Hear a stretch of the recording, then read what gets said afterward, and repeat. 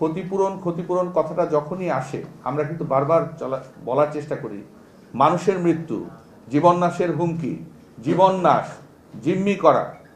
আপনাদের কি মনে হয় না যে একই কায়দায় বিগত সময় আমরা দেখেছি মানুষকে আটকে রেখে জিম্মি করা হয়েছে, কথা বলা হয়েছে, নানা সময় দেখেছি। তার সাথে আপনারা কি কোনো মিল খুঁজে পাননি? আজকে অন্তত আপনাদের বুঝতে পারা সময় হয়েছে যে যে মুহূর্তে আপনারা গাড়ি বাড়ি পুরানোর ফুটেজ কালেক্ট করছিলেন সেই মুহূর্তেই শিক্ষার্থীদের ভেতরে মারধর করা হচ্ছিল। তো আশা করি এটা হঠাৎ করে আজকে আমি বলে দিলাম আর হয়ে যাবে সেটা নয়। তদন্ত আমাদের কমিটি হয়েছে, ওনাদেরও হয়েছে, ইউজিসি করবে, একটু অপেক্ষা করেন ভাই, এই জায়গাটা হবে। মামলা হলে তো আইন বিভাগের সাহায্যই না, তো তাতে তো কোনো সমস্যা হওয়ার কথা না আমাদের। আমরা যদি সত্যিকার রিপোর্ট করে থাকি আমরা মামলাকে কেন ভয় পাবো?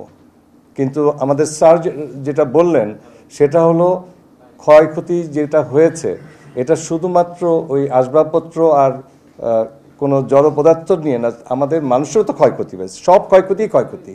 তো কাজেই এটাকে আমরা একটা নিরপেক্ষ তদন্ত করি, আমাদের সিসিটিভির ফুটেজ আছে, সব কিছুই আছে, সেখানে যে হয় সেই এটা করবে, আনসার দিবে যে কেন সেটা করছে, এটা কি বহিরাগতদের কাণ্ড কিনা, আমাদের কাণ্ড কিনা, ওদের কাণ্ড কিনা, কারণ এটা তো কনফ্লিক্টিং। এখন এই স্টেজে এসে আমরা তো এখনও তো নির্ধারণ করতে পারিনি যে কে এই কাজটা করেছে এবং কি তার উদ্দেশ্য ছিল, বাট উই আর ট্রাইং। আমাদের ইউনিভার্সিটি থেকে আমরা 6 মেম্বার যুক্ত, যেখানে প্রো ভাইস চ্যান্সেলর কনভেনার হিসাবে আছেন, আমাদের নিজস্ব একটা তদন্ত আমরা করছি, যদিও তদন্ত হবে বাইরের নিরপেক্ষ লোক দিয়েও, তো ইন্ডিপেন্ডেন্ট ইউজিসি যেটা আমাকে কথা দিয়েছে যে আমরা একটা ইন্ডিপেন্ডেন্ট কোয়ারি করব এবং আমাদের একটা সাজেশন দেবে। এই মুহূর্তে ইউজিসি এবং সরকারের যেই নির্দেশনা, আমি সেটা বলতে পারি, নির্দেশনা হলো এমন কোনো কিছু আমরা না করি যেটা এক্সটার্নাল আরেক ইউনিভার্সিটি বা কোনো কাছে ক্ষতিগ্রস্ত হয়। 6 জন আগামী 7 ওয়ার্কিং ডেজে ওনারা রিপোর্ট দেবেন। 1 তারিখ থেকে ফিজিক্যাল ক্লাস আরম্ভ হবে, আর বাকি যেটা আছে টিচার স্টুডেন্টের রিলেশন, তারা ফিজিক্যালি না এসে অনলাইনে কথা বলবে। ওরা এই স্টুডেন্টদেরকে, এতগুলো স্টুডেন্টকে ধরে নিয়ে যেতে পারলো, কিন্তু ওই যারা আগুন লাগিয়েছে তাদের ঠেকাতে পারলো না, কেন পারলো না?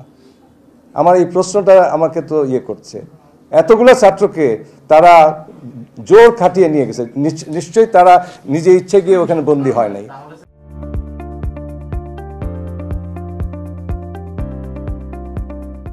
এটা ওয়েল অর্গানাইজড। আমি কেন বলছি এটা, আমি ডিফেন্ড করার সুযোগ দেন।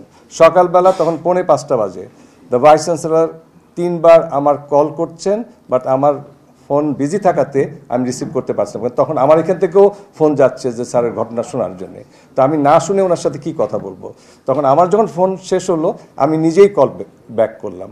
তো উনি খুবই ভদ্র মানুষ, আমাকে ভদ্রতা রেখেই কিন্তু প্রথম আরম্ভ করছেন যে এটা সব হলো আমাদের ট্রাস্টি বোর্ডের চেয়ারম্যানের কাজ, ওনাকে আইসা এগুলো সব ক্ষতিপূরণ দিতে হবে। সো জিনিস বোঝার আগেই they are decided who is to blame. আর নাহলে আপনারা একটা নিজেকে প্রশ্ন করেন, একটা ভাইস চ্যান্সেলর, একটা প্রক্টর, একটা ট্রাস্টি বোর্ডের চেয়ারম্যান কখনো ছাত্র হাতে বারুদ আর ককটেল এটা হাতে তুলে দিয়েছে যা ওই ইউনিভার্সিটি? এটা কি হতে পারে? একটা যে যখন আমরা জেনে গেছি যে এখানে জিম্মি আছে, ওখানকার ভাইস চ্যান্সেলর যখন দায় স্বীকার করছেন যে আমরা আটকে রেখেছি, এই কথাটা কত বড় ক্ষতির কারণ হতে পারত সেইটা তো আমাদের কপাল। এরকম একটা কথা বাংলাদেশে যখন প্রচার হবে যে আমাদের ছাত্ররা জিম্মি আছে এবং আমরা আটকায় রেখেছি, আপনারা নিশ্চয়ই সেটা বোঝেন তার রিয়াকশন কি হতে পারে।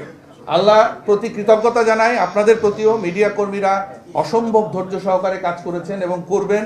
ভাই, আমাদের আসল উদ্দেশ্য একটাই, ভাই বা আপা যারা আছেন, শান্তিপূর্ণ সমাধান হোক, ভুল থেকে আমরা যেন শিখে ভবিষ্যতে যেন এরকম ঘটনা না ঘটে।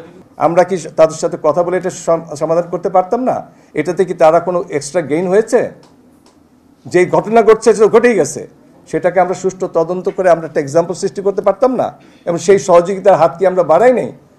আমি তো সমানে, আমার ফোনে রেকর্ড আছে, না হলে 10 থেকে 15 বার আই টক টু হিম, যে কোনো সমস্যা, I understand you are surrounded by student, please আপনার কথাতে আমি কিছু মাইন্ড করবো না, কিন্তু লেট আস সলভ ইট, আর এটাকে উত্তেজিত করেন না।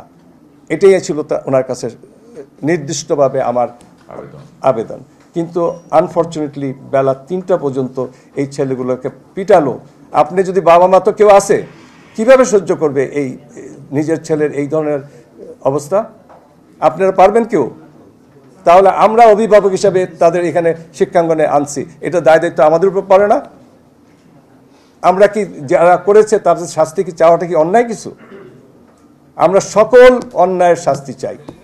আমরা যে আমাদের প্রফেসর বিমল চন্দ্রের কথা বলছেন, উনি ওখানে গিয়ে বলেছে ক্ষতিপূরণের ইস্যুটা, আপনি খেয়াল করে দেখেন আমাদের অনারেবল ভাইস চ্যান্সেলর ওই ভিসি স্যারের সাথে কথা বলে আমাদেরকে আশ্বাস দেওয়া হয়েছে যদি আমরা তো কোনো ফ্যাকাল্টি মেম্বার যে আমাদের জিম্মি করে ছেলেদেরকে ছেড়ে দেবে, কিন্তু আমাদের এই শিক্ষক গিয়ে কিন্তু ওনাকেই আসতে দেয়, রিপিটেডলি রিকোয়েস্ট করেছে ওনাকে আসতে দেয় না।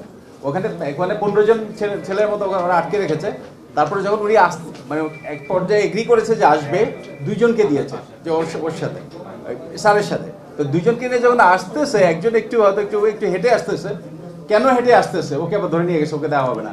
যে মুমূর্ষু ছিল তাকে দিয়েছে এবং ওকে নিয়ে পরবর্তীতে ওকে আবার মারছে।